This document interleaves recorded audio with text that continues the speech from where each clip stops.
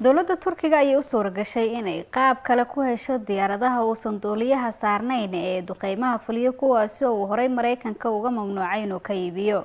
qaabka ay Ankara ku samaysatay diyaaradahan ayaa ah mid lama filaan ah kadib markii ay ka faa'iideysteen tiknoolajiyad lagu farsameeyay wadanka UK taasoo ujeedo kale laga lahaa.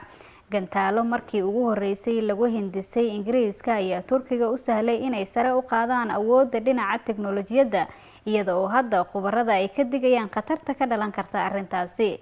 caawinaadaasi muhiimka ah oo ka timid warshad hubka lagu sameeyo oo ku taala magaalada Brighton ayaa horseeday in Turkiga uu noqdo wadanka labaad ee ugu weyn adduunka dhinaca adeegsiga diyaaradaha aan duuliyaha lahayn sida uu shaaciyay wargeyska The Guardian.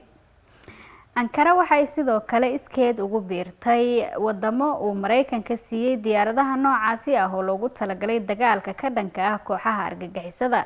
diyaaradahan aan duuliyaha lahayn oo Turkiga uu ku magacaabay Bayraktar TB2 waxaa ilaa hadda loo adeegsaday howlgallo waaweyn oo ka dhan ah kooxaha ay Kurdiyiinta hogaamiyaan ee ku sugan Suuriya.